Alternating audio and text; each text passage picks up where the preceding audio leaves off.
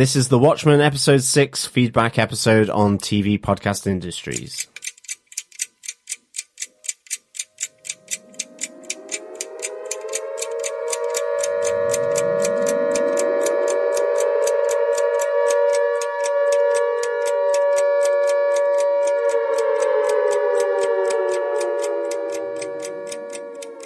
Welcome back, fellow watchers, to the 6th bulletin of our Atomic Watchers series, where we give all the feedback we've received for our discussion of episode 6 of Watchmen, This Extraordinary Being. Yes, and we have a lot of feedback to get through. And of course, at this stage, there are some really big ideas, big concepts coming through, a lot of discussion around those, a lot of issues and situations. So we have that, and also we have the PTpedia release for this episode as well, this episode 6, where if you remember, if your mind can gaze back that far, we were looking into the creation, the backstory of Hooded Justice through the eyes of Angela Abar.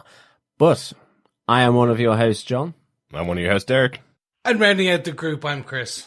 Welcome back, everybody. Yes, we are going to settle on This Extraordinary Being for episode 6 title, because I checked the final footage of the released episode and it had changed. The title of the episode did change to This Extraordinary Being. And for those of you wondering why we're basically saying this, is when we actually had the initial preview copies, it was This Exceptional Being. And as always, as this is a feedback episode, if you want to share your thoughts and your feedback for the future episodes of the show, make sure you email us at feedback@tvpodcastindustries.com by Wednesday each week after the episode is aired, and you can discuss anything you thought about the episodes. Anything we got wrong in our coverage of the episodes, of course, is always welcome as well. And you can always join us in our Facebook group as well at facebook.com/groups/tvpodcastindustries. Tell us where we're wrong there as well. Why not? Or any thoughts about the episodes, of course. So as always, let's start out with what I got wrong last time. Yay! Derek was wrong. Derek was... Yes, absolutely. It does happen quite a lot, especially on this show, because there's so much stuff that we're going to talk about. And that's what we rely on you guys, our fellow watchers, to point out the things that we get wrong, point out the things that we may have glossed over really quickly. This time we're going to talk about genetic trauma to begin with. Genetic trauma, quite a major term from this show. If you have listened to the official podcast featuring Damon Lindelof, he specifically talks about this scene that I glossed over and completely got wrong in our last episode. Not all of us did, though. True. So what I mentioned on our last episode was that there is a character that comes into the support group for people that are victims of the New York squid attack, saying that he'd read an article and he believed that he was a victim of genetic trauma, this idea of trauma being passed down from his mother, who had experienced this psychic squid attack in New York. And he was also dealing with the same repercussions that she'd been dealing with because of this attack and because of genetic trauma, effectively. What John pointed out exactly at the time was, well, he's absolutely right, because that's the type of effect that the people who were affected by the Tulsa massacre and their descendants were experiencing. And that's why they're receiving reparations. So good call, John. Yeah, exactly. You're absolutely right. And I did agree with him immediately when he did say it. I know myself and Chris had a bit of a joking discussion about our different places in the world, Chris being a millennial, us being Gen X, even though we're only a couple of years apart and we don't even come from America. So those tags are totally American and don't apply to us at all. Had a little bit of a joke on it, but I do realize after listening to the podcast and after a piece of feedback we got in from one of our listeners, I completely glossed over one of the major themes of the season and effectively turned it into a joke, completely by mistake. So my apologies on that. But I do want to read out some of Danielle's email to us about this particular phenomenon, and I would definitely recommend listening to Damon Lindelof talk about it as well in the podcast. I'll talk about a little bit of what he said as well in here. Danielle says, hi, the Watchmen writers are an excellent bunch of writers. They add layers to the script that might not be apparent on first watch, and sometimes when people think the writers are taking a swipe at certain groups, they're inviting conversation if you choose to explore something you think is ridiculous on first brush. For example, when the young man said he felt he inherited his mother's pain, I didn't take it as a swipe at millennials because I've read news articles before about how stress affects babies in the womb and also changes people's DNA. Also, leaving aside the effects of stress on one's DNA and general health, a family trauma can be passed down emotionally. Imagine if Wade or Lookingglass had a child. Could you imagine the effects of having a parent who forced a kid to go through 500 emergency bunker drills, wear tinfoil caps, and keep all that paranoia carefully hidden so Child Protective Services doesn't take the kid away? She would probably be a neurotic mess. Who knows how the squid attack affected the young man's mom and what he had to go through being raised by a traumatized person. This again calls us to reflect on the trauma the children of the black families that survived the Tulsa massacre might have carried with them through their life, the trauma Sister Knight's kids carry with them after their birth parents' death during the White Night, and the trauma all children in the real world face when they have dealt with neglect, abuse, refugee displacement, separation and immigration detention, etc. Watchmen in some levels is asking us to think how children are affected by the decisions and traumas inflicted on the world by adults, even in cases like the squid attack, where Ozymandias and the Watchmen, when they found out, thought it was for the greater good, supposedly. Have a great week, Danielle. What great points Danielle has brought up there. Like, that's absolutely what they were going for with this just very small dropped line of dialogue. We get a lot of the stuff in the PDPD files each week, some really deep exploration of some major themes that are going on in the show, but this is one that just completely passed me by in the show. And I know about a lot of these types of things. Of course, massive trauma can be visited upon kids who've had really bad backgrounds. Anybody who's had a really bad background or any of their own trauma takes that trauma with them, and it can affect other people around them. That's why there are support groups. So it makes total sense to me why it would be referenced in the show, even just in this sidelong way.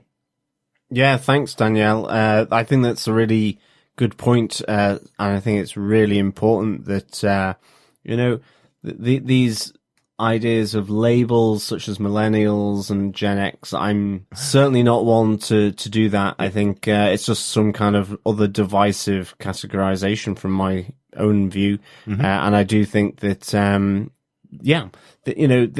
trauma is a powerful thing, and certainly whether it's trauma inflicted on you directly or indirectly to someone else who passes that trauma either by the way they act or maybe even biologically because of the stress that they're inducing and how that changes hormone levels and different elements within the body, then it's something that does happen and it's a real thing. Mm-hmm. So I think that's really interesting stuff, and I like how you sort of bring that to the points of the show, like the White Knight, like the squid attack, and so on, as well as even this idea that Lookingglass would have children would be it would be one of those things where they would be drilled like they were in the army almost, and probably wouldn't have a childhood, and the trauma that would come from that. So thanks, Danielle, really good stuff. Yeah, Danielle, look, thank you so much for the feedback. Maybe we kind of, as you said, Derek said, we glossed over some of it and kind of ran quickly, made a bit of a joke about it. But that's the thing I love about having our fellow watchers there to give us this different perspective. Having read your email, I went, oh yeah, of course. Now it's kind of coming across. And if you take it at very face value, it can be seen initially as what I described it as kind of just a bit of a joke, throwaway line, a gag. But actually, when you start to get into it, as you have done, as you talk about the Tulsa massacres and the generations after, then it makes sense. And then it becomes, it's a commentary, and it's a strong commentary on abuse, on the after effects of it. So thank you. Again, this is why I love feedback. This is why we love feedback, because it's a different point of view that sometimes we don't have. And it, again, just brings another layer to this amazing show. Yeah, absolutely. And I don't think there's anybody in the show that is making up their own lines when they get on set and say these words. The episodes themselves they're an hour long, most of them. And they're perfectly crafted, I suppose, by this writer's room. They're making the decisions about everything that appears on screen, and nothing is appearing on screen that doesn't need to be there. I think we've found that throughout the last 6 episodes of the show already. So seeing a line like that left in the show we obviously shouldn't have made the assumption that it was a bit of a gag. You should have seen this because, as I said, on the official Watchmen podcast, which is kind of an interview show between Craig Mazin and Damon Lindelof, the lead writer and showrunner of the show, there's only 3 episodes of it. One for the first 3 episodes, one that was released this week for the second 3 episodes, and the one will be released at the end, where Damon Lindelof is going to effectively call out the little elements that people haven't picked up on during the show that he thought people would pick up on. I'm really looking forward to that one, actually. But in this most recent episode, Craig Mazin, who's the presenter effectively and was the showrunner for the show Chernobyl and did his own podcast on that, he points out about 22 minutes in, he calls out about the group of survivors of 11/2 or people who suffer from trauma from 11/2. He calls out that in the show, so much of it is about race that we are knitting together 2 kinds of concepts. The psychic trauma of an alien squid and the racial trauma passed down through generations, through many people. Damon confirms this, and he said it came from their idea of weaponizing nostalgia, that everyone's own experience can lead to a very different experience of the past. It's also the reason why Laurie, for example, never had kids, and also he mentions that Looking Glass couldn't have kids because of the trauma visited on them during their life. Laurie can't have kids because of the trauma visited on her mother. And Looking Glass can't have kids because of the trauma he experienced in 1985. So. Yeah, I really like that. The idea of weaponizing nostalgia because, you know, I kind of draw the distinction between memories and nostalgia. I, you know, memories of family Christmases or, you know, a holiday or, you know, growing up, you know, those fond memories. But you do nostalgia, which is more of a national psyche, and generally, probably 100 times out of 101, it's all completely made up. You know, it's like when they talk about the Great Pass as though there was never any crime there. It was probably more violent, more rough and ready because of people having to survive. And it's just, yeah, that idea. I think I completely agree with Damon Lindelof here that nostalgia is weaponized to give some credibility that certain people or certain activities didn't happen. Yeah. And so they're an aberration or they're an outlier that is where people should direct their concerns, whether it's around crime or lack of school places or whatever. So yeah, nostalgia is a nightmare. And I think, obviously, you know, at the moment, nostalgia is used for voting purposes and political means quite a lot. It's let's go back to the old times when times used to be like this. And there's a lot of people that would have experienced those times in a very bad way. You know, the 50s sound great and all, but what if you're a black person living in America during the 50s? Not a great time to experience life then, right? So the nostalgia of someone that had a good experience during those times, trying to force that onto somebody who had a terrible experience during those times, is exactly what he's talking about with the weaponizing nostalgia throughout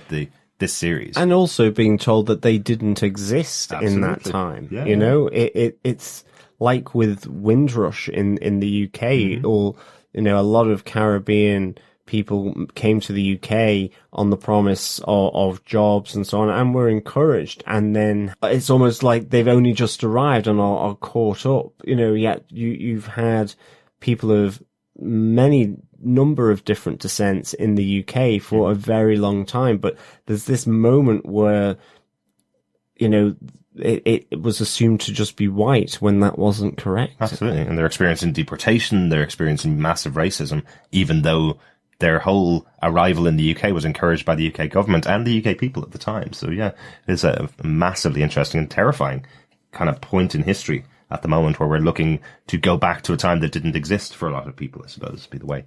Thanks so much again, Danielle, for your email. Please make sure you send in some more feedback to us if you see anything else that you're interested in sending feedback into us over the rest of the show. Yeah, so thank you so much, Danielle. Next up on email, we have a new listener, Benjamin. He says, "Hey guys, thanks so much for your podcast. I just found it this week and listened to all the Watchmen episodes already. Really loving taking a deep dive into the amazing show. It's a blast. Thanks for all your insight and conversations. Loving every bit of it. Can I answer the first 5 questions even though I'm late to the game?" He asks. Of course you can, Benjamin. Yes, you can leave your answers as you've done. And again, this applies to anyone else who's listening to our feedback episodes and our discussion shows. If you want to answer the first 5 and now 6 questions of the Watchmen Pub Quiz, you are more than welcome to send them in retrospectively. It doesn't have to be in time with these episodes. Just remember, we will be answering all the questions in our final feedback episode. Mm-hmm. So, yes, question... total of 8, or will you do 2 questions in episode 8 and have 9 questions? No, there will be a question on our main show for episode 9. Okay. So, yes, so please, yes, and there will be another question, another Watchmen Pub Quiz question at the end of this feedback episode as well. So yes, please, send in those lovely answers to those lovely pub quiz questions. And hopefully you've had a few pints as well whilst you've been doing it. I hope Benjamin didn't have all 5 pints in one go and answer all the questions. If he did, he's done a great job in answering them. Not going to give away whether you get them all right, but he even answered the wrong answers correctly to the questions, if that makes sense. He gave 2 answers where there was a possibility of 2 answers. I'm the quiz master here, not you. That's very true. So I will judge what is right and what is wrong. Yes, it is tough love, fellow watchers, on the Watchmen Pub Quiz. Benjamin continues, one thing I noticed in episode 4 was that their property was 40 acres, which is a possible reference to 40 acres and a mule, which freed people in the US were promised after the Civil War. I also love all the egg fertility references as well. That's a really nice catch there. Yeah, I think that could be something that links in with the end of the American Civil War for sure. Mm-hmm. Good spot there, Benjamin. Absolutely. He also says, at the beginning of episode 5, one symbol that stuck out to me was the panda. It's on young Wade's leaflet, and there are lots of stuffed animal pandas at the carnival. And there's also the police guy with the panda head. Were there any pandas in the original 12 issues? I don't remember there being any. And then I got into thinking the black and white face is somewhat similar to the Rorschach mask. Do you all have any insight on this? Unfortunately, I don't think I do, but I reckon the Rorschach mask is probably one of the things around the panda face with the black and white, certainly, because I certainly don't remember pandas being in the original 12 issues. Chris, you're a panda fan? Sure? Question mark? I don't know why I'm calling out symbols, but sure, and punctuation, but no, to my knowledge, there is no direct reference to pandas in the original comic books or in any of the kind of spin-offs. It could be in relation to, or kind of a nice kind of long link through to the guy, Officer Panda, who is, as you said, the police guy with the panda head. But probably, unless this character is destined to become something bigger in the final couple of episodes, I probably doubt it. Like he takes off the panda head and it's Will underneath or something? Yeah, so it's a big character reveal that actually he's been pulling strings in the background for a while. Mm-hmm. If we have to remember, he's the guy who authorized or had to authorize the form that allowed the weapons to go live in episode 1, mm-hmm. I think it was. He's been in all of the FBI and the full security trainings. So unless Officer Panda turns out to be like a second in command in the 7th Cavalry, but because he was born in or around New York, he has he's related to the incident. Unless they go some very convoluted way of kind of telling that story, I think it might just be a nice nod to pandas. Yeah. Who knows? I like the connection to Rorschach. I think that's a really cool idea that it's connected to the black and white mask, potentially. That's it. Although if you remember the comic books, his mask was hardly ever very white, wasn't it? Well, It was quite dirty and never washed for about 30 years, I think. But there is also something, obviously, we've seen in episode 6 about the white face paint that Will puts on his face, and we see, obviously, Sister Night with the black face paint that she puts on her face. So there is definitely a connection there with those face coverings that people have throughout the series. But this is definitely one that's passed me by so far. Fellow watchers, if you have any other theories, I think it's a really interesting catch from Benjamin, though. Yeah, absolutely. I mean, I think pandas have been slightly ruined for me, though, because here in Dublin, we do have a recycling and waste service that is called Panda. And their tagline is an animal worth recycling. Which is so weird. Which is very, very weird. So yes, I don't quite know what that means, but hopefully you can recycle pandas in some ways. But back onto Benjamin's feedback, I think. One further side note, I loved how you mentioned in episode 5 that lady talked about the Pale Horse movie and how it was black and white, except the girl wore red. And so it really stood out. That really stood out to me when I watched episode 6 as well. That was the first thing I thought about when the cop car drove away with the people tied behind. So cool how well they pay attention to details like that and treat the audience like highly intelligent viewers. Such a phenomenal show so far. Thanks again for everything you are doing. Loving every bit of it and looking forward to the weeks to come. Benjamin. Thank you so much, Benjamin. I know we've been answering your questions and discussing pandas as we've gone through your feedback, but it's really good to have you on board, and thank you so much for the answers to the pub quiz questions and the feedback for the 5 episodes. It's really good to get your thoughts. Yeah, absolutely. And that episode 6 was stunningly done. Something I didn't even notice when we watched the episode that I noticed with an interview with the director of the episode afterwards. He was talking about most of the show was done in one shot. He actually lined up all the shots using 2 people that weren't the main actors, just to prove that he could do it all, having them drop in and out of screen to replace Will and Angela at various points and coming out of doors that were actually built on set, that kind of stuff. It's just phenomenally done. I think the only time one of the only times anyway, he uses a CGI shot is when June and Will are hugging, and then the camera pans back around her, cuts in close to her hair, and then he replaces it with another shot as the camera still pans and catches Angela on the other side hugging June. So to make the idea that was all done in one shot. But some great stuff. Try and find that interview I'll try and put a link to it in our show notes as well, because there's just some really great tricks that he used for the episode. But the idea of doing a massive flashback episode in black and white with little dashes of colour, with 2 main characters both appearing as each other throughout the episode in one shot, that's pretty cool, right? Yeah, very. Definitely. One of the harder ones, I'm assuming that's also CGI, is where Angela jumps through the window. The Matrix freeze, as it's being called, yes. The Matrix freeze. Otherwise, that's some magic. Just going to put that out there. Definitely. Thank you so much. Just glued her to a door or glued her to a wall, you know? Oh, that's true. Even though remember those Velcro things as a kid where you could throw yourself and stick to it? Thank you so much, Benjamin. I appreciate the feedback as always. We have one other email from MJ who got in contact with us. Strap in. This is going to be a good one.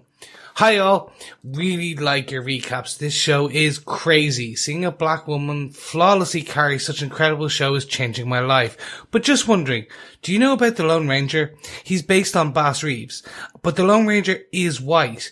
It's the blackest fact in the show, but never spoken to. Just to make sure y'all knew. Keep up the good work. Grateful to have your thoughtful insight to help me understand this world, and I appreciate it coming from a group of cis white men. Also, I love a Twin Peaks return rewatch, but I don't know if that's the show is in your wheelhouse. Surprisingly, it is in our wheelhouse, and it's one of Derek's favourite shows. I watched the hell out of that. There's an absolutely brilliant rewatch done by the guys from Now Playing. I know you guys listen to the Now Playing podcast, where they do movie reviews. They did one just specifically on Twin Peaks. Unfortunately, they didn't like it towards the end, so I got really sad as I was really enjoying the end of the show, and they started absolutely hating on it and kind of hate watching for the last 4 or 5 episodes, unfortunately. Twin Peaks, always in my wheelhouse, because it doesn't answer anything. So that's definitely a show I love. Yeah, it's a bit of one. It's an oddity for me. I loved it as a kid. I've gone back and watched it a while ago. Didn't like it, and then started a rewatch in terms of when it was coming towards the return, and I kind of started getting back into it, but unfortunately, just too much good TV, and I couldn't invest the time to kind of continue the rewatch while we had so many of the great shows going on, especially like the stuff in Netflix that we were covering over in Defenders TV podcast. So yeah, I have to go back to it at some point when we have a bit of free time. And actually, in terms of the Lone Ranger, we actually did include that piece of information in our feedback episode 2, I believe, guys, if I'm right. I was not on that one. Unfortunately, it might have been the first one or the second one, but definitely, yeah, back then we had seen the connection between the two characters. Yeah, I think it could have been the first, because we have that straight off the bat with the cinema opening in Tulsa. Yes, that's right. Yes. Moving on, MJ had this to say. Also, a ton of racists have black friends use their proximities to blackness as evidence that they can't possibly be racist. I can't be racist. I know a black person, so clearly I tolerate black people, even though I use the phrase you people instead of just people. This is in relation to the Judd moment at the tree, where he does actually just say, you people, I'm trying to help you people, instead of just the word people. And yeah, agree with you, MJ. This is a thing can be said, has been said, does get to that, and I think is potentially a good thing to call out.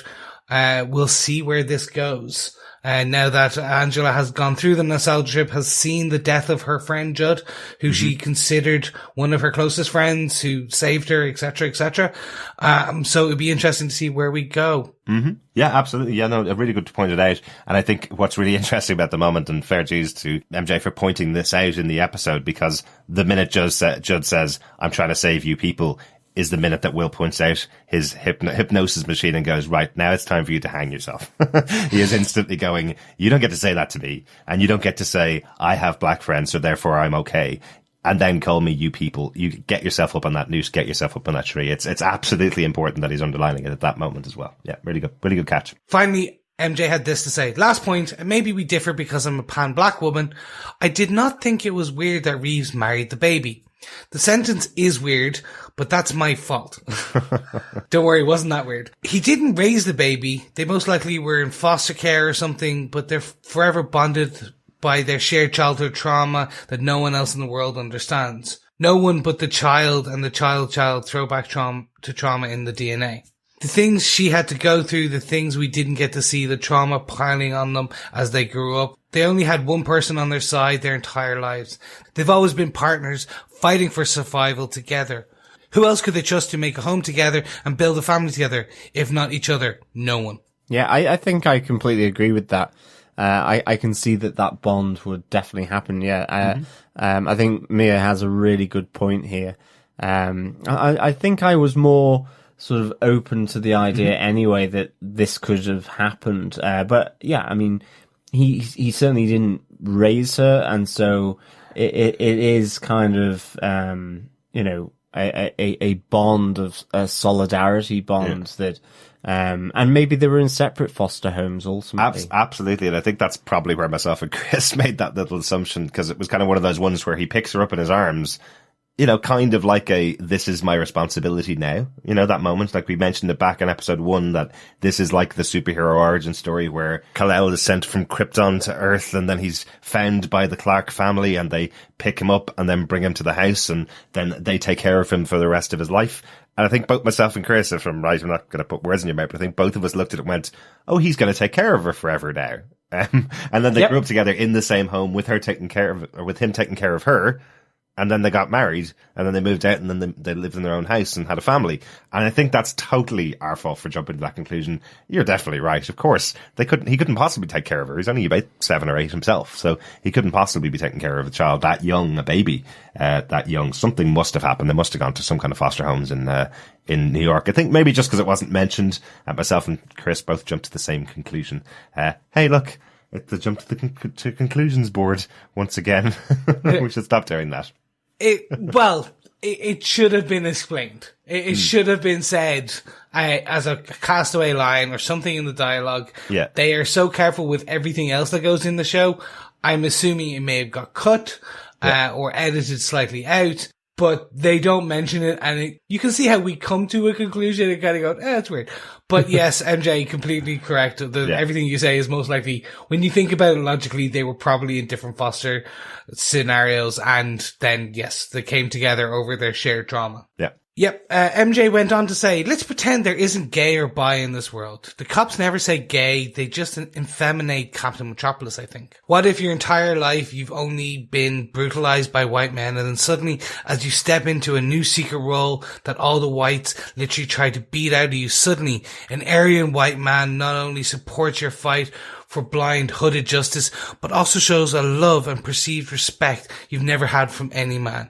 Reeves lived a lonely life of denial of his anger and pain and the past, just so he could survive. All black people understand that. So when the ultimate representation of his oppression and his freedom collide in the form of Captain Metropolis coming into his home to say that Will is special and he wants and needs him, that could be so overwhelming that the sexuality spectrum would be thrown out the window. It's bigger than sexual binaries. This white man manipulates the dream and oppression of a traumatized black man to make him just a token. That's big. I hadn't thought of it like that. I don't have a frame of reference for that. So I can see where you're coming from this on MJ. If taking the frame of reference of a spectrum out, that can definitely be a thing. But I suppose unless Damon has kind of put a bit more time and bits into this and the discussion on his podcast, I don't think we'll know 100%. I think both can be right and both can be true. It's Schrodinger's cat here. One, you are both right and not right because we're never going to know. But yeah, no, it's definitely a great take on it and definitely a great view. I think from the original graphic novel, we'd always thought back from 1987 or 88 when I read it, you'd always thought that Hooded Justice and Captain Metropolis are gay and have a relationship with each other. And this is actually expanding the world the other way. This story expands it into the fact that he had a wife who was pregnant with his child and then had his child. They lived together for years after that and they went away. As John said, one side of his personality being Hooded Justice in a relationship with Captain Metropolis and the other side of his personality being Will Reeves, the police officer married to June with a child, are both almost two separate entities here. They don't really interact with each other, obviously, because they're seen as two different sides. I totally agree with the idea of fall in love with whoever you love with, obviously, that's absolutely the way you go. But talking about this show and talking about the fact that in the past, those two characters were always considered gay back from 1985, and now this show has expanded it differently, is probably what we were addressing on the podcast, I suppose. Yeah, I mean, I think it's a really great sort of perspective from MJ here because, yeah, I think she's probably right. I wouldn't have had that perspective, and I think this can equally be true. And so I think this is a really interesting sort of look at this. Yeah, it's one that I can absolutely see being what could and in this case can happen.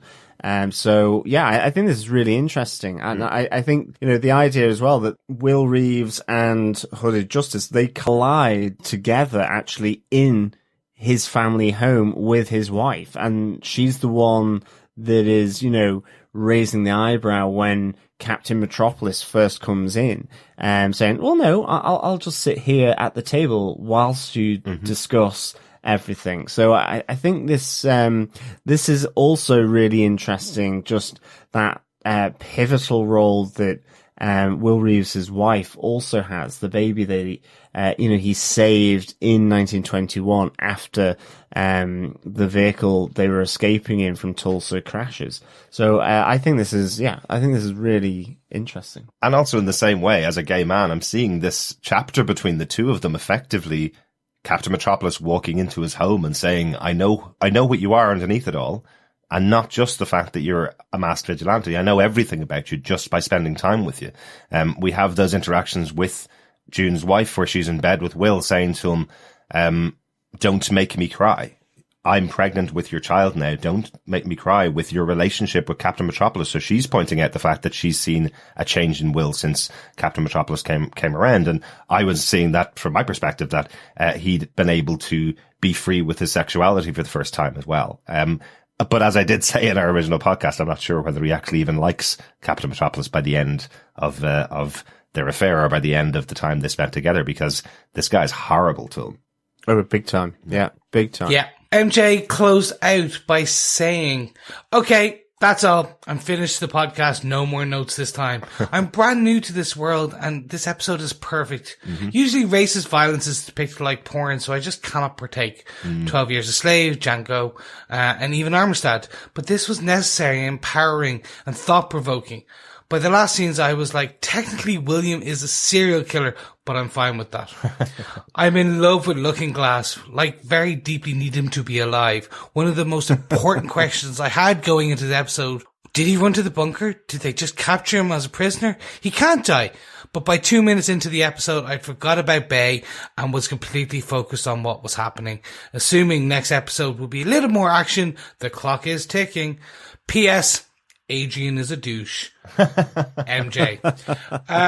On that, PS, yeah. Pretty much, yeah. And certainly I think Mr. Phillips and Miss Crookshanks would wholeheartedly agree with that after being flung out into space. The vacuum and coldness of space. Many hundreds Yeah, of exactly. them as well. I want to just highlight once again that there is a year difference between every time we see Adrian Veidt, for the most part, throughout the series so far, because after listening to the podcast, there are so many tips that we didn't pick up on.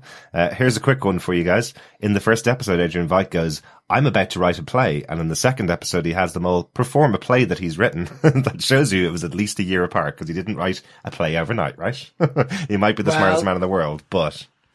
He is the smartest man in the world. That was my good point. I was like, it may not be a day, but it may have been 2 days, and then he's done. Excellent. Thanks so much, MJ, for the feedback. Yeah, thank you, MJ. And then we had some final, just snuck in, down to the wire. We had an email from Jimbo who said this.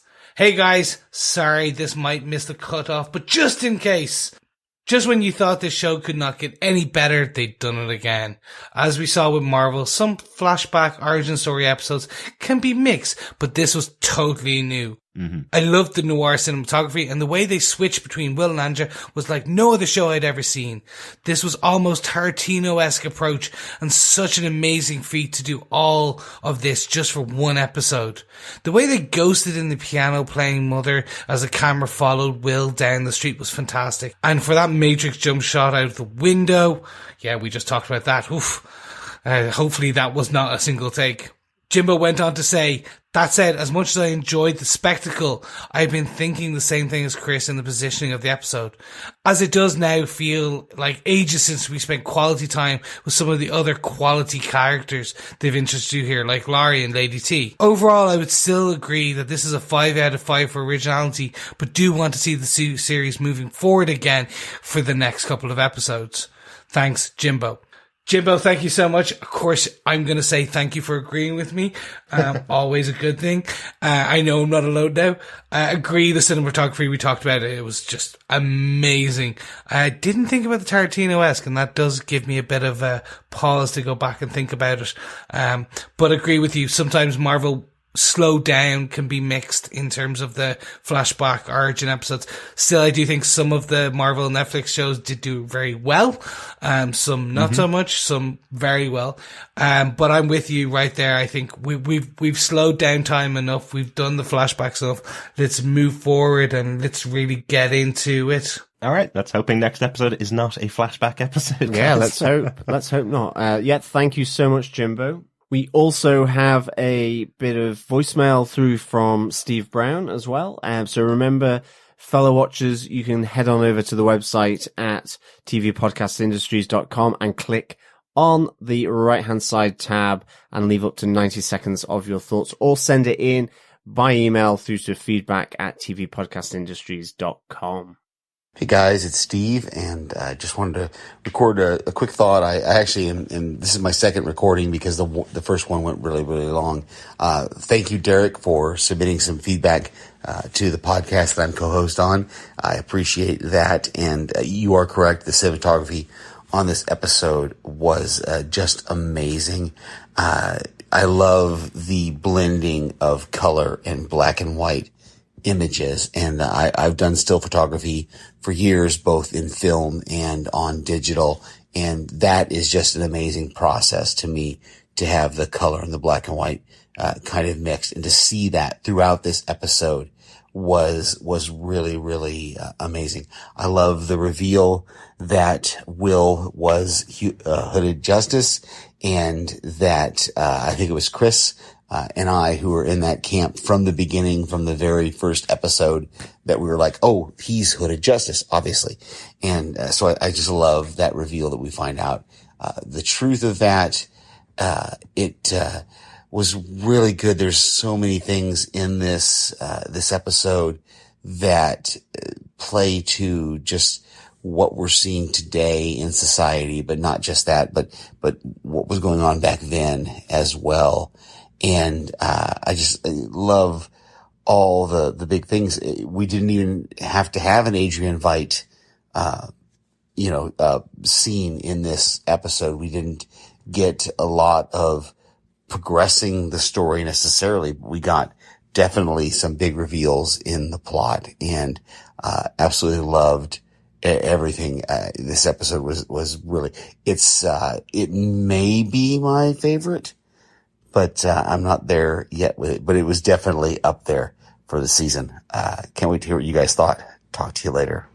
Thank you so much, Steve. Yeah, I mean, I think there's a lot of agreement that the cinematography, the shots, and everything around this episode was really, really exceptional or extraordinary, depending on when you see the actual show. Exactly. But also, I think, yes, that it adds depth here with this reveal of the Hooded Justice backstory. And I think, like most people, it will be nice to come back to see, Lady T, Lady True, and some of the other. I still want to know who the slithery, oily X-File sewer person is. It must be Agent PC, but who knows? But there's still some interesting things to come out from that. So yeah, thanks, Steve, so much. Absolutely, Steve. No problem sending in feedback to you guys. I happen to be able to send some in. I don't always get the chance. And thanks so much for taking the time out to send the feedback in. And, of course, for reminding us that it was Chris, was the only one of us that thought from episode 1 that Hooded Justice was Will Reeves. I think we all had suspicions, but we just weren't sure. And they've just really nailed it this episode. We now all believe it. Yes, because I am the best. I'm the greatest. I am the champion. I know I will be wrong within the next episode, so I'm going to take this win while I can get it. I'm a bit like a shotgun. I spew out that amount of crazy crackpot theories. At least one sticks, and then it's to be fair, it's quantity over quality sometimes with me. But I'm not gonna lie. Yes, thank you so much, dude. Yes, we are the champions. We were right.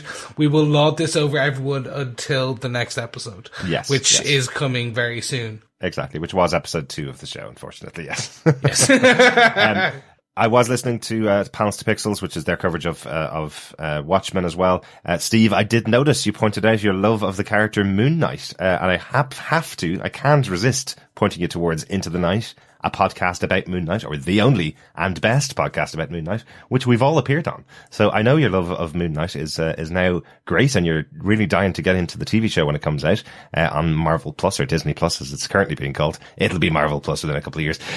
But check out the podcast, Into the Night, a Moon Knight podcast. They've got some great shows about Moon Knight for you to check out by our friends over there. Who? You mean Batman? No, not Batman. Sorry. No, Dr. Fate. Don't kill me, Ray. Don't kill me. You know I'm only joking. I love Moon Knight. I just bought a load of back issues, which I am currently reading through.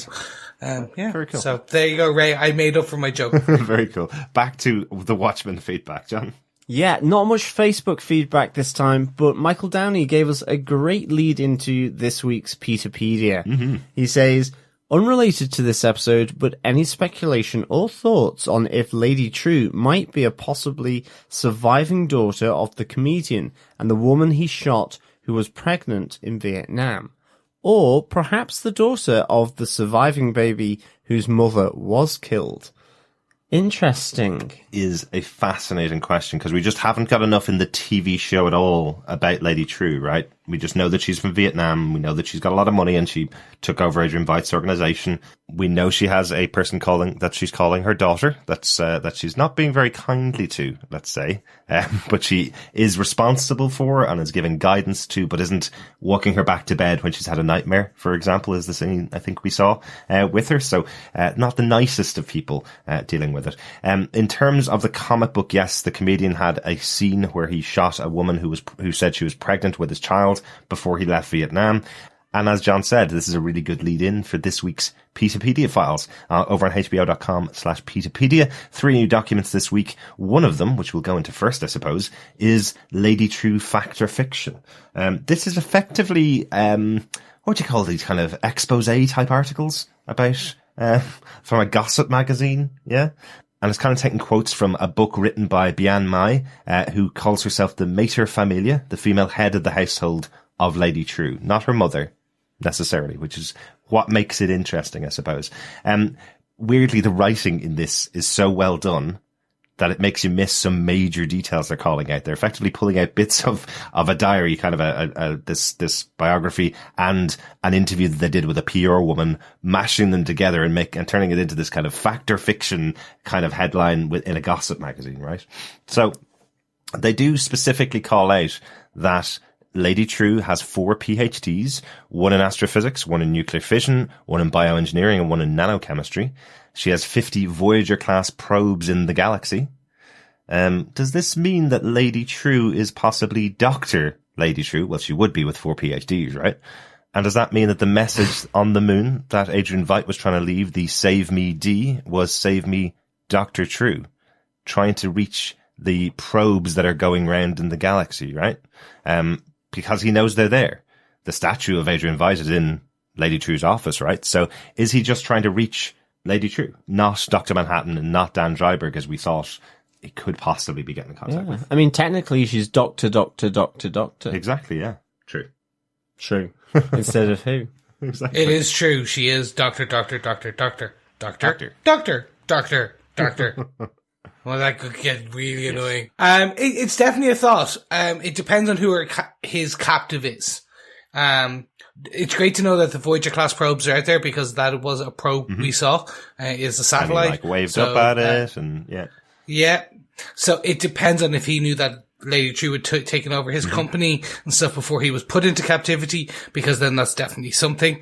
If he didn't know, then no, because the time gap, she had not taken over and had not amassed the wealth and the technology to be formidable for Ozymandias to understand who she was or to call her out. So it kind of again plays into what happened post the actual event as things go in, before he went missing and since his captivity. Well, maybe to add a little bit of extra flavour, it says these 4 PhDs that she got by the time she was 15. And we know she's significantly older than that, let's say. She's older than 15. And we also know roughly that from the conversation that Adrian Veidt has with the people around him, we know that he's been there for about 5 or 6 years at this stage. So that's pretty possible that they could have known each other before he went into captivity, or at least he knew the plan as to why she was sending out these Voyager-class probes, quite likely to look for Dr. Manhattan in space. Remember, she also set up those phone boxes all around the country for people to call Dr. Manhattan. So obviously got some kind of comment there. I think in this gossip column they called that an obsession. Is she in love with Dr. Manhattan? So it's some interesting stuff in there. One other thing that seems to come out as well, which makes me question, are both her, Lady True, and her daughter, also named Bian Mai, after her Mater Familia, are they replicas of the older woman, the woman that wrote this document? Are they living their life without a father, effectively created in test tubes, much like all of the replicas around Adrian Veidt. Is that the technology that potentially they're using? Bian Mai possibly created it, or Lady True created it. Remember, Adrian Veidt says he's not the creator, he's just their master, right? So I'm wondering if that's the technology. If it was created by Bian Mai, she created Lady True. She says in this document that she let her pick her own name when she was 5, and she based all of her knowledge and all of her belief system on this Lady True, effectively, that she took her name from. All gets a bit complicated, and as I say, the writing is like a gossip column, so it's quite difficult to pick out real stuff that's in there. But one thing I did pick out, which goes right back to where we started, the feedback on whether this is some connection to the comedian, right? They do question if Lady True is the comedian's daughter in here, and they only come up with one response from the PR person. They effectively say within the article that he possibly fathered up to 7 kids in Vietnam, one of them possibly Lady True, and the PR person said, Bian Mai, the mother, did have one unforgettable encounter with Mr. Blake. In 1971, Mr. Blake and his battalion of Blazing Commandos passed through her village outside My Lai. Their uniquely warm demeanour made quite an impression on her.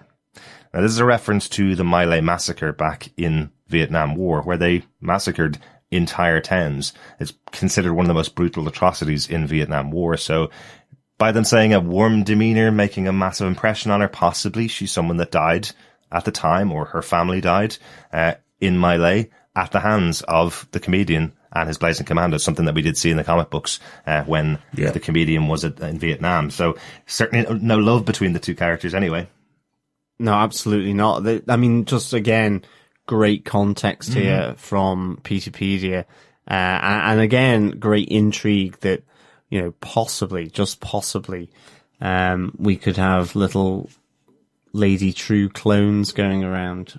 I'm going to say replicas because I know that Damon Lindelof has said they're not clones. Or replicas, yeah. I've got replicants in my head because this is Blade Runner year as well, so I'm kind of got that in my head. So. A couple of other articles on Peterpedia, guys? Yeah, we also have a memo. What has one eye and loves evil plans? Me. I mean, I don't know. Yes. What has one eye and likes evil plans? It is our resident Dr. Evil in the form of Christoph. Indeed, yes. He sits there in big armchairs, which we can only, believe that that's how he spends his working day. Yeah. And I do sit there stroking a white cat and just swiveling. I have perfected my swivel just to the right, timing, because you can't go too fast when you turn around, but you can't go too slow, and you can't creak. Yeah. So you have to keep a well-oiled chair at all times. So WD-40, always on, and your cat has to be just furry enough that it doesn't leave any hair and it's groomed well enough. Anyway, yes. Sorry, continue on with the Wikipedia file. Drumming your fingers, stroking your chin, and looking to bring down distant, foreign governments. Yes. But yes, enough of that.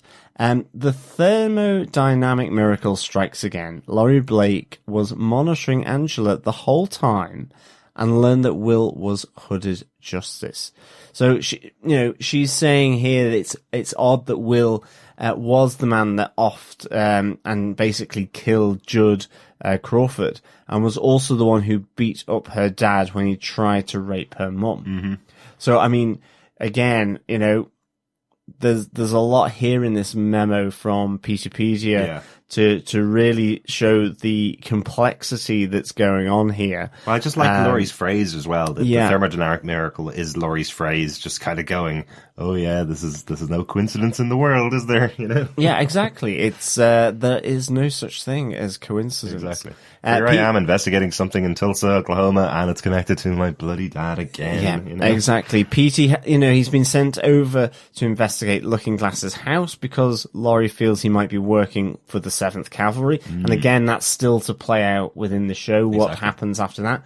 But we know he's thrown Angela metaphorically under the bus there as well. And Laurie calls out that he threw her under the bus so fast that he must be working for 7th Cavalry. That's why she sends Petey over there, which I think is quite interesting. This is all written in Laurie's voice, of course. So she gets a nice dig in at Petey. She starts it out by going, I do read your memos. It's very unusual. Why are you writing 5-page memos when you could just turn to me since we're always in the same room and ask me these questions. This is great. I do think it's going to be interesting if not PT turns up, but a certain lube man turns up, and that may be confirmation then. Yeah, I think old oil lube man would probably get there. Yeah, sewer man, he'll pop up out from the sewers into the bunker, maybe. Absolutely, come up through the toilet like like the mutant, Tombs, like Tombs and the mutant tapeworm. Maybe. From the sewers, yeah. She also makes the connection between Cyclops as well and the 7th Cavalry, saying they are kissing cousins, and there's no doubt that Crawford was a member. So, yeah, this is, again, I think it goes back to MJ's point that just because he has friends who are African-American doesn't necessarily mean that he wasn't the head honcho of the KKK. Exactly, yeah. She basically calls out that the whole time that Angela was under with these nostalgia pills, she's talking the whole time, so she was able to catch everything that was going on and kept hearing the words Cyclops, Cyclops, Cyclops over and over again, and kind of went, well, it's most likely going to be the 7th Cavalry, right? So she's made that connection for us. It's just an interesting document, and once again, something that was pointed out by Damon Lindelof is that all of this stuff is written, it's collated by Petey in the website, but it's all written by the writers of this show as extra material for people to read, and that's why it contains the same voice as the actors have on the TV show, I suppose. So quite interesting. Nice. I do hope that they actually really include some of this part in the next episode, especially the beginning, because what we get here is that Laurie confirms that she hears these things, that she knows that Will killed Judd, that Judd was 7th Cavalry, because these are key points that if they do not officially come out to say that she knows this and that Angela was talking in her nostalgia trip, then what we end up getting is suddenly just Laurie is a super cop and made all these connections by herself. Yeah. Probably not going to do that, but yeah. No, probably not. The final piece of evidence that we have in here from Peterpedia, it's the will of Nelson Gardner. So it's quite interesting. It has Petey has been told to collect the will. I just think it's a really good idea because we've just had a flashback episode with characters that we've never really seen much of before, like Captain Metropolis and Hooded Justice. And this is actually quite a nice way to tie off their story and bring in some interesting facts about a character you're probably not going to see again on the show. So in the will, he bequeaths everything to Will Reeves, even though he hasn't seen him since the 1950s. The will was written sometime in 1970s, and just has some interesting facts about him, like the fact that he was attending a rally in 1974 to stop the removal of the 22nd Amendment to the US Constitution. That amendment is what guarantees that a president can only serve 2 terms. And as we know from the show, that amendment was repealed, but Robert Redford and Richard Nixon have served more than 2 terms. So we know that amendment is gone. Why it's interesting is effectively the way he died directly after this rally. On the way home, basically, is that he crashed into a barrier and was decapitated, and his head was never found. So possibly something sinister in the death of Captain Metropolis. And it is pointed out by Petey as well. He goes, "That's a bit weird, isn't it? Isn't it?" Underline. In the will, it states that Will Reeves did contact him when he came up with the idea of doing another crime fighter team with Adrian Veidt, and Will was very unhappy about the idea. And they also have a massive apology from Nelson Gardner to Will for everything that he's done. And I just thought that piece was really good. What he says to his lawyers is, if he rejects this request, convey to him that the inheritance is intended as penance for my sins against him and my neglect and subversion of his noble work of decades ago. If he asks what has prompted my regret, tell him that I've come to see that my attitudes and ambitions were those of a naive, swirling in self-imposed blindness of a bygone era, and that the only true peace I found in those years was in his companionship.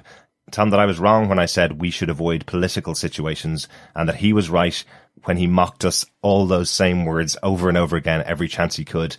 Tell him that I now see that everything we did back then was a political act, even the hideous hustle of what he called our razzle-dazzle and the crass, degrading and racist imagery that we put into the world. If he further resists, tell Mr. Reeves that much of my wealth was derived from my association with him and appropriation of him, and so he deserves it.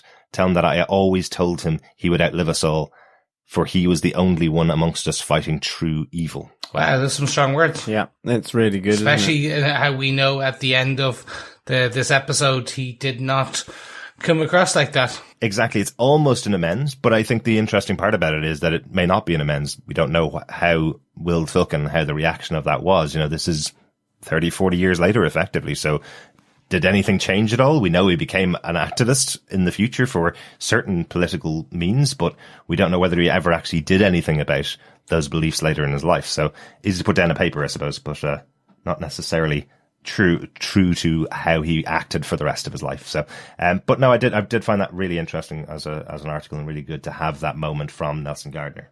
Yeah, definitely. Yep. So that wraps up our Pedopedia look back. I'm just going to jump in here with a little bit of extra feedback that we got after we recorded from Robin. I want to say a huge thanks, Robin, for getting in contact. Robin says, hey there, enjoying the podcast so far. You were trying to figure out a film that uses a black box in a theatre to control the audience. Well, it isn't a film per se, but there was a late 70s American Spider-Man TV series where in the pilot, people are hypnotized by a film that incites them to do harm and I think commit crimes. Running from memory here, but that general idea definitely was in the short-lived Spider-Man TV show. Thank you so much, Robin. That isn't the one I was thinking of, but very interesting. I remember definitely watching the Spider-Man series from the 70s, but I certainly remember that back at the time. The actual episode that I was thinking of, it was actually a TV show, not a movie. And what I was thinking of, just because it's interesting and it's a show that we covered, it's actually from Agent Carter, season 1, episode 8. I told you I'd find it out before we got back with the feedback episode. It was episode Valediction. Effectively, in the episode, a gas cylinder has been released in a cinema, which turns everybody on each other, and it's a gas called Midnight Oil. Not going to spoil any more. All episodes of Agent Carter are available on Disney Plus if you're in the US, and all episodes of our podcast about Agent Carter are available on TV Podcast Industries. But thanks so much, Robin, for the suggestion and for reminding me I needed to check that out. With that done, that's the end of the feedback, and back to Chris for everybody's favorite part of this podcast. So you know what time that means? Drinking Can only time. mean one thing. It is pub time. It is. We're off to the pub, fellow Watchmen, for our episode 6 quiz question for Watchmen. Yes. I keep wondering whether I need sound effects of a pub in the background too. I think we should actually. You know, a few pints being pulled, the optics being sort of used, all that kind of thing. Yes, the Grolsch bottles with their hideous tops, as Derek would say. Let me see what I can do. So, fellow watchers, it is our 6th question in the Watchmen Pub Quiz. Here we go. What is the name of the Jewish family who owned the delicatessen that was set ablaze by Fred, who owned the grocery store FT and Sons in episode 6 of the HBO Watchmen series? Interesting. So who owned the delicatessen? So there's definitely a moment where a firebomb goes through the window, so you can pause it there, and that should give you the answer, right? Stop giving clues I out. want to give help and hints. Well, I'm glad you said HBO Watchmen series because I was going to say the answer of the CBS Watchmen series. Right. I'm which doing is that for totally different one. everyone, just to be clear. I know. Not the comics, not the movie. That is why. Exactly. It's true. But if you are watching on Showtime, unfortunately, that is the wrong one. you're Wrong watching. one. Yes. Yeah, wrong show. Yes. You are, in fact, watching probably, I don't know, The Watch-Man. the Watch-Man. Yes, exactly. Oh, Spider-Man. Spider-Man? But it is Spider-Man, isn't it? I know, that was the bad joke. Yeah, okay, grand. Yeah. So, fellow watchers, just remember to send in your answers as quickly as possible. If this is your first episode of the feedback discussions that we have, then go back through the other ones and listen to the other pub quiz questions. You can send them all in a one go or one at a time. You take that choice. But please email them to me and to my fellow co-hosts at feedback@tvpodcastindustries.com. And of course, remember, we will be giving out the answers and the prize in the final feedback episode. So our 9th question will be on our full discussion. So please remember that. And of course, with all the help that Derek's been giving you, it will probably need to be names out of a hat. It might be, yes. Just go to the website, tvpodcastindustries.com. We have all the questions listed on there in each individual episode. So you don't have to listen to the whole episode to guess the question either. Did you put the answers down? No, I did you not would. put the answers down. Okay. And on that note, we'll be back at some point next week with our chat about Watchmen Episode 7 and Almost Religious Awe. We now have a synopsis, so John, would you like to read it? Sure, Gavner. Oh, God blimey! We're back here again! Oi! Ooh. Under Lady True's care, Angela undergoes an unconventional treatment while Agent Blake chases down a lead. Elsewhere, the smartest man in the world delivers a stunning defense of his past actions. Well then, Really looking forward to the next episode. Contrary to what we said on our episode 6 review, we actually do have the episode in advance. So hopefully we will have our thoughts recorded before the episode comes out and release it at the same time next week for episode 7 and episode 8. I'm delighted about that. I'm going to go watch episode 7 now, to be honest. Until next time, watchers, keep watching The Watchmen. Yes, keep watching. Become aware. You know you want to watch The Watchmen. The Watchmen, the TV show, not Neighbours. Oh, yes. No, sorry. Yes. Please. If any of my lawyers are listening, I am fully agreeing that this is only watching the Watchmen TV show, not watching men, because you've said too much now, you're Chris. into. Anyway, I'm going to backpedal. Yeah, you've said too much now. Speak to you all very soon. It all seems dodgy. I think you wouldn't be able to sign the affidavit in court. I'm so sorry. But until next time, fellow watchers, keep watching and keep listening. Bye.